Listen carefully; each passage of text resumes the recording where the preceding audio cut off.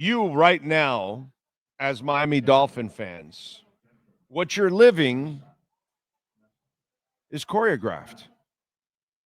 You know, the guy that is with me here every day, the man that, carries the.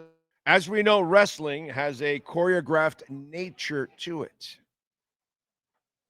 And one of the things that Captain Saki, you listen religiously, okay? And I effing love you, bro. I can't wait one day for me and the wife to go fishing with you, and hang out because, your dedication is amazing. I would love to get to know you as a friend. You just look like a good dude overall, and Sean and I really appreciate it. And I mean that with all sincerity. As I'm friends with many of our listeners that have become my friends over time as they cross that threshold with me. Um, I've walked you through this, didn't I? Throughout the entire off season, didn't I show you step by step on how every time they crossed some point, they did nothing about winning. They drafted and they did great. They filled in free agency the best they could with limited funds. Whenever they had to make a trade, it wasn't for the now, it was for the future. If they had an opportunity to save money, they would save money, not spend money. Every time I walked you through it, and then I explained to you how thin this roster was and that this was going to be a bad season. Remember that listener that lost it because me and Furones months ago we were talking about how bad this season's going to be. And oh my God, and he sent Furones a tweet with me attached, of course. I can't believe that you guys were talking about how bad the season's going to be when it hasn't even started. So irresponsible. We're irresponsible for being honest. Think about that. Think about the society that we're in now. That when people are being brutally honest with you and telling you something, maybe you don't disagree, maybe you disagree with it at the moment, but later on, you got to at least acknowledge that, you know what, man, I didn't want to hear it, but you were right. And we explained to you, didn't we, over and over, how thin the roster was, how thin that secondary, how bad that thing is, how thin the offensive line is, how thin they are in many positions overall.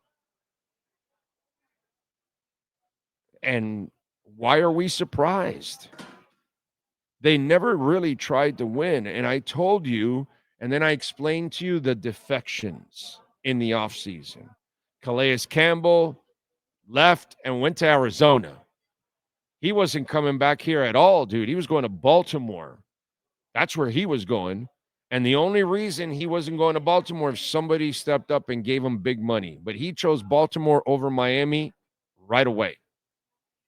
And then Arizona, where he had been, stepped up. They needed that leadership. They paid a little extra. He went out there. Kendall Lamb is back here because he has no choice. But while he was here, he wanted to retire.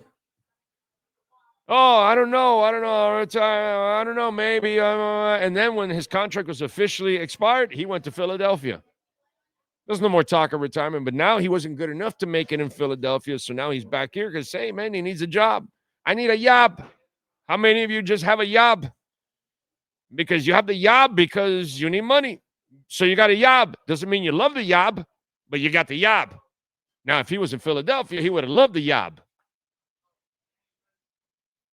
So all kinds. Reggie McKenzie. He leaves to the Titans, a team that's in complete rebuild, to go be and it's his former, hometown, all of that, to be a consultant. Okay, so let's say he wanted to be semi-retired. You don't think he could have said, hey, guys, I want to be semi-retired. Can I just be a consultant here? I'll live in Tennessee. Yeah. No, he left, and he's going to help the team in Tennessee instead of the team in Miami.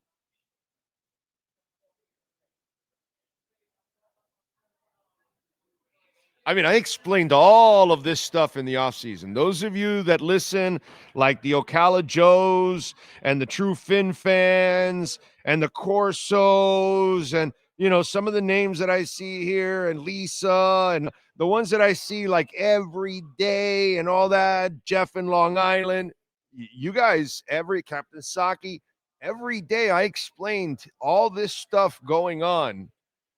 And that's why we were playing chess and the national and local media were playing checkers.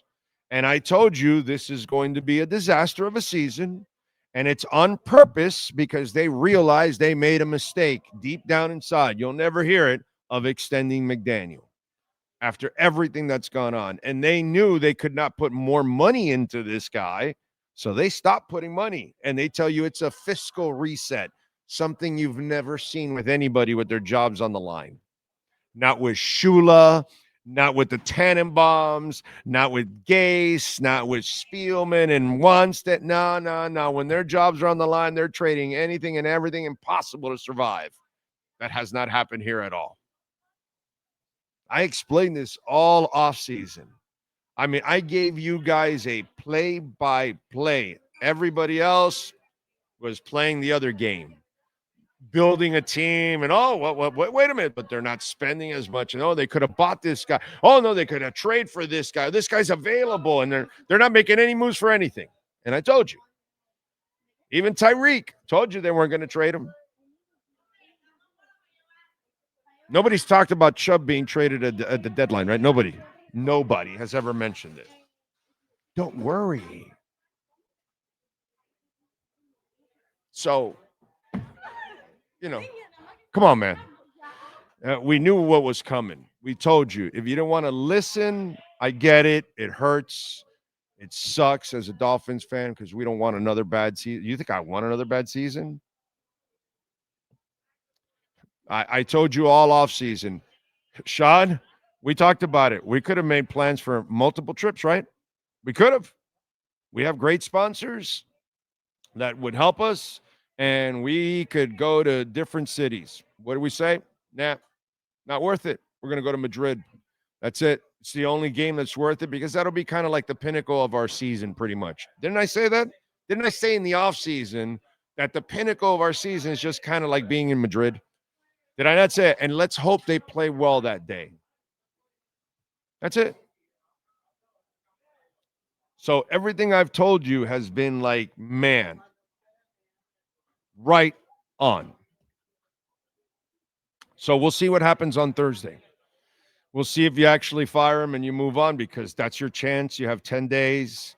It gives him time. You cannot keep this guy around. You cannot keep this guy around. And as I told you, this is the other example I told you in the offseason. I said, this is not Spoelstra where you've won. Remember, I've given this those of you that are normal listeners, you've heard this.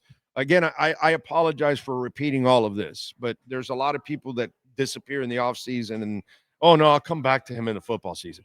So, as I explained, how can you go to this season where you didn't spend any money, you tore the team down, you're a thin roster, it's not a very good coach, nobody really likes him anymore, he hasn't won anything, so you're going to coast this year, have a bad year, and tell everybody, oh, it's a fiscal reset, and don't worry, folks, we're going to come back next year and reset, and McDaniel and everybody. You think you can sell the 26th season with McDaniel? No, of course not. So you're getting rid of him in this season unless he proves to you he's this phenomenal coach and can get it done, which he would have needed to be 2-0 right now in order to at least start to that where he could have lost this game, be 2-1, and people would have said, well, hey, short week, Buffalo's better, but he won the first two games. That would have been good, but you lost him. So you're getting your cause that you need because you could not fire him in the offseason because you had just given him an extension and Stephen Ross would look like a horse's ass and you, front office, would look like a horse's ass. So let's get to the season, rot out the roster, give him a young roster because we're going young and fiscal reset. Oh, he couldn't win. Oh, well, sorry. Out. Because this is not Spo where you could say, oh, we got a fiscal reset. We're going to take a step back. Spo will coach his ass off. Even if he doesn't get anywhere, you go, well, dude, they had a reset. Spo's won a bunch. That's all right. We're starting the next year again. We're going to spend. We're, reset for Spo and all that. And everybody would be on board. You can't do that. That's not who this guy is. This ends only one way. I told you this offseason. And we are right on the trajectory, bro. Right on the trajectory.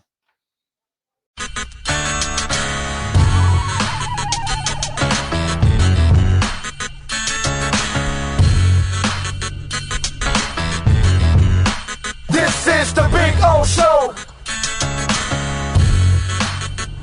This is the Big O Show.